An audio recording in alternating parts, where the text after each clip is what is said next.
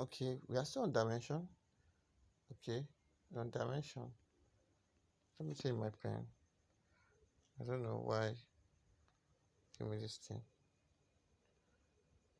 Okay, we are still on dimension. Okay, so now I want to do dimension based on how to get dimension. Now there are two things you need to know first, which is very important. The first thing is what I talk about rate, rate, and we talk about gradient,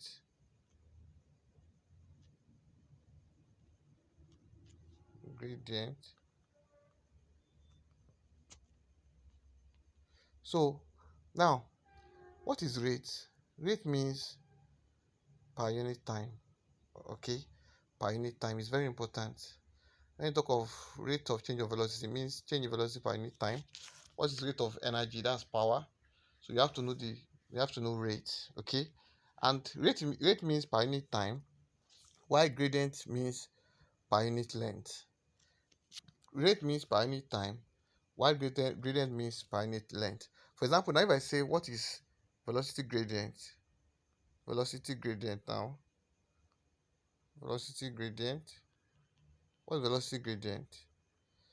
Okay, velocity is change in displacement over time.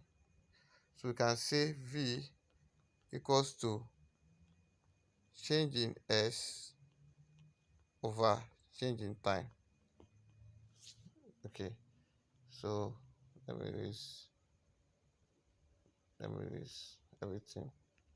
Okay, so v equals to change in s over change in time. So when I say velocity gradient now, velocity gradient is, because I say anything gradient is per unit length. So this one now will be L T minus 1 over L, because now sorry, I didn't mention this. For dimension, for example, now when you talk of dimension for fundamental quantities, the thing is that you use the first letter, which is very important. Use the first letter. What is the dimension of mass? Mass, because it's the first letter, is big letter M. Dimension of length, the first letter is big letter L. Dimension of time, first letter is big letter T. Okay, is there from the units. Unit of mass is kilogram. Okay, kilogram. Unit of length is what? Meter. Of time is what? Seconds. So when you talk of dimension, you use the first letter. Okay, so when they go to temperature, now because of temperature they became stuck because they have used T for time. So instead of that, they now use theta. Okay, they use theta, or they use Kelvin, sometimes big K, but basically it's theta. Okay, when you talk of the dimension of current, let's talk about current, not coulomb now. When you talk of the dimension of current, okay, the unit of current is ampere. Okay, so they sometimes, most of the time, use I for current.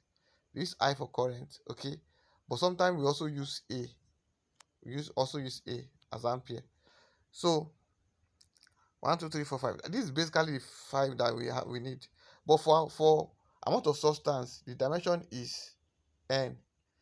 Dimension of substance, the dimension is n. And for luminous intensity, the dimension is j. We don't need all this. We don't need these two. We just need this MLT, theta, and I. That's what we need. But sometimes you have to know that it can be either theta or Kelvin. We have to note these two. And for current, it can be either I or can be also A for current. You can use ampere sometimes. So now you have to know this. Dimension is not hard. To get dimension of something, mass the first letter M, length the first letter L, time the first letter T, temperature, because we cannot use T again, we use Greek, which is theta, or sometimes we use Kelvin, BK. Current, we use I, or sometimes we use A. Okay, so that is that. Now for velocity, now velocity is displacement over time, which is also distance, which is length. So that's why it is L. Time is seconds, that's why it is T. Okay, So that's why we say that's L over T. Okay, L over T is the same thing as LT minus 1 that I wrote here. Okay, now that said velocity gradient itself is L, velocity over what? Over length. Okay, that's L2 minus 1 over L. That is what? T minus 1. So the unit of velocity gradient minus 1. I want you to see something. So velocity gradient, the unit is what? Velocity gradient, that is V over L. The unit is what? T minus 1. You can see that actually the unit of velocity gradient is the same thing as rate, because rate itself is also what? Per unit time, which is also what? Which is also T minus what? 1. It's also T minus 1. So velocity gradient is also T minus 1. Okay, so velocity gradient and rate, they have the same dimension, same as frequency too, because I can ask you a question like this, that which of these have same dimension. Frequency is also what? T minus 1. Okay, same as angular velocity. Angular velocity is also what? T minus 1. So we have four quantities that are basically T minus 1. We have velocity gradient, we have rate, we have frequency, we have angular velocity. Okay, I just point that out.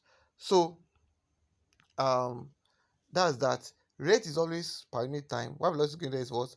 Per unit length. Now let's now look for dimension of simple stuff. For example, what is the dimension? We did velocity already. What's the dimension of acceleration? Acceleration is um change in v over what? Change in time. That's what we know is lt minus 1 over what? Over t. That's what? Lt minus 2. Okay, so that's that. Okay, for force is mass times what? Acceleration. So mass, what's the dimension of mass? That's big letter M.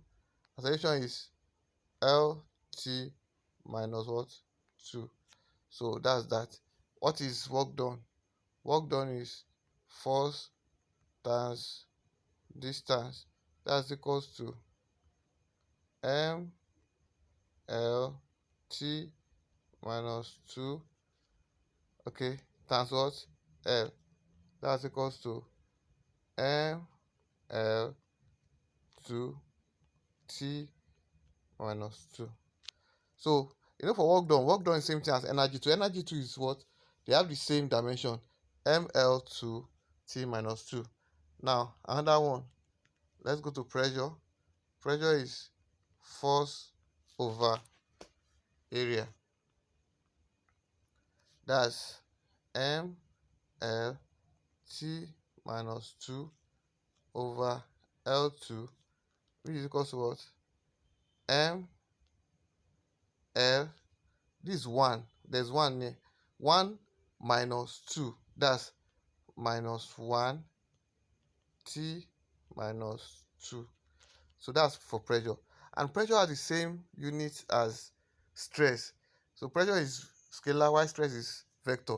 So stress is also what? Force over area. So stress is also what? ml minus 1 t minus 2. Another quantity that has same unit as pressure and stress is Young modulus. Young modulus is equals to stress over what? Stress over strain. Okay, based on the example we give the other time, remember what quantity is strain? Strain is what? Is what?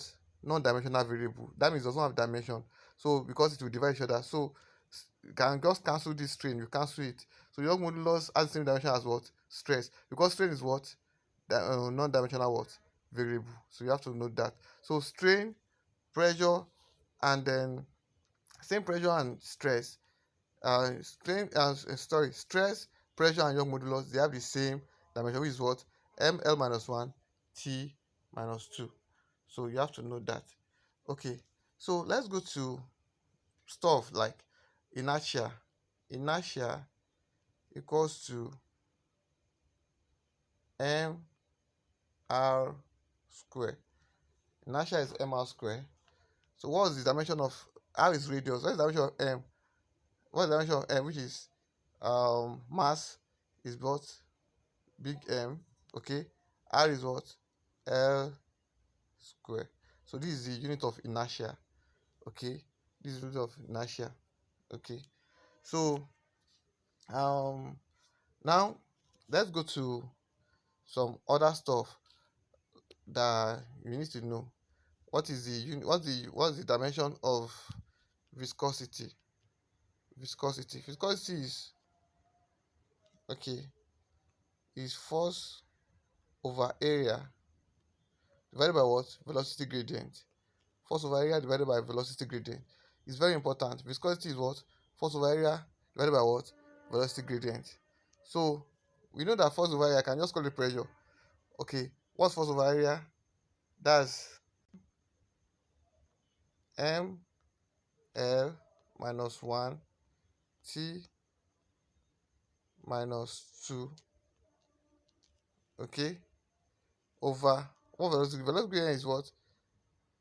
Velocity gradient is lt minus 1 over l. That's t minus 1. So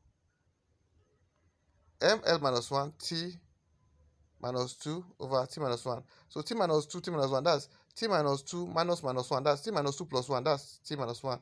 So viscosity is what? Viscosity is viscosity is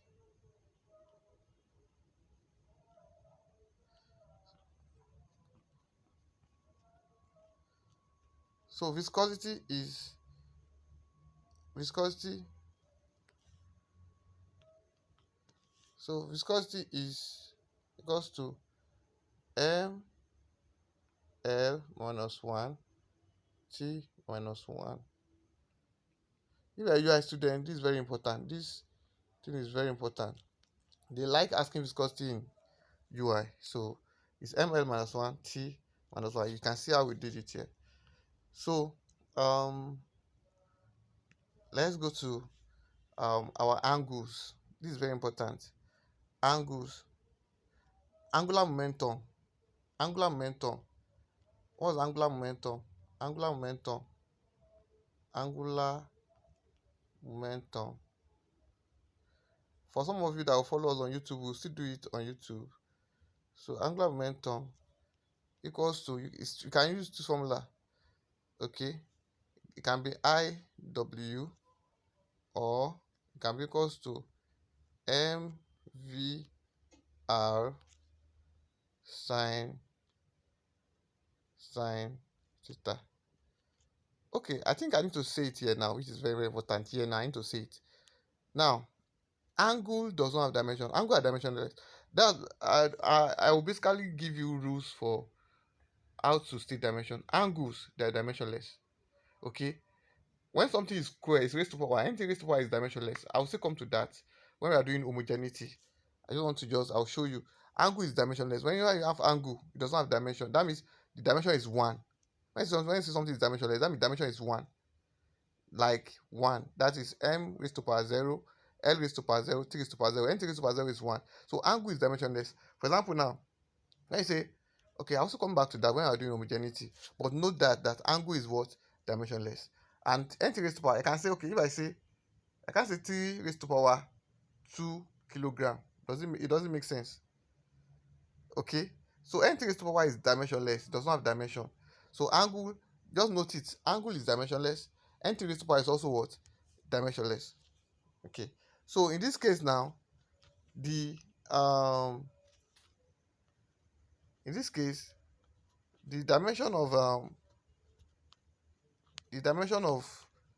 angular momentum is what? Is dimension of angular momentum is what? That's big M. Okay, V is L t minus 1 times what? Times L. So it's now what? M L 2, okay, t minus 1. Or if you want to use